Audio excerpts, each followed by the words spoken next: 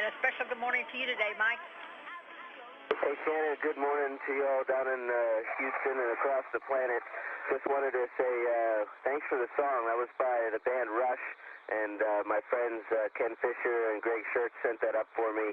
And Rush was really inspired by the launch of STS-1, so they included that in their music, and it was really inspirational for them for the whole album.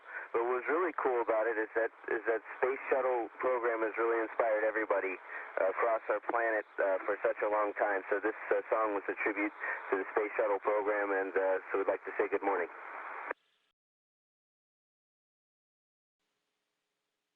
And Houston, Endeavour on air to ground 2. Looks like we've got our plan together, and we're going to start with the PDRS dock late inspection. Shuttle pilot Greg Johnson calling down that the crew is ready to get started with the docked late inspection, ready to perform its last major task as a member of the Space Shuttle STS-134 mission. It will be delivered over to the International Space Station and become a permanent component of the ISS during the fourth of the spacewalks, the fourth and final spacewalk planned during Endeavour's mission. This is Gerhard Daum with the German Space Agency and Space Export Association. Question for Box. You are the prime operator of the SMRMS. What was your most challenging robotics task, and what was it like working at the robotics station in the cupola with that view to Earth? Well, Gerhard, I'll tell you what, the cupola was everything that I had heard from other people times 10. It's a magnificent view. You have a view of literally half of the space station operating from the cupola. Some of the robotic ops that we did on EVA-2 didn't even need any cameras. You could just look out the window. A lot of the robotic ops that we're doing on this mission are located on the other side of the station. For example, when we installed AMS and ELC-3, so the advantage of the cupola wasn't apparent as far as looking out the window, but just as a place to be, as a place to operate the robotic arm, it was a wonderful, and it is a wonderful, wonderful place to be.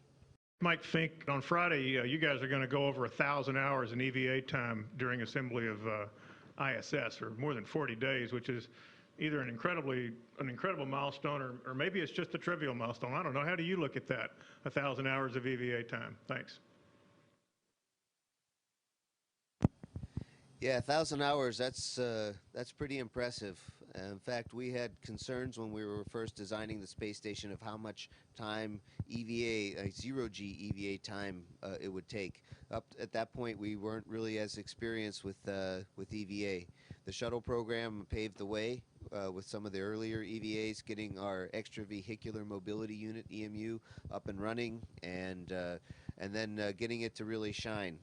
Some of the tools and techniques that came along for space station building are very helpful. The stints that we did at Hubble Space Telescope, we still use some of those tools to this day for the space station.